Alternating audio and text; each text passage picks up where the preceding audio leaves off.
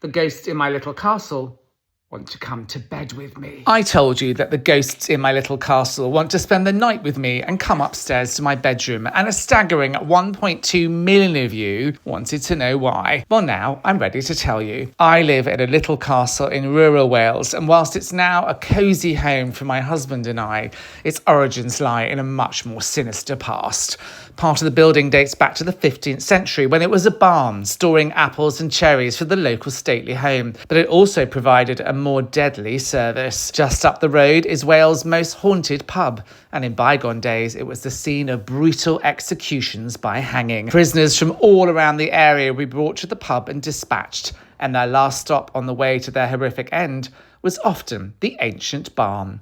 And that barn is now my bedroom. I brought in a psychic and she told me to tell them you're not allowed to come upstairs after 9:30.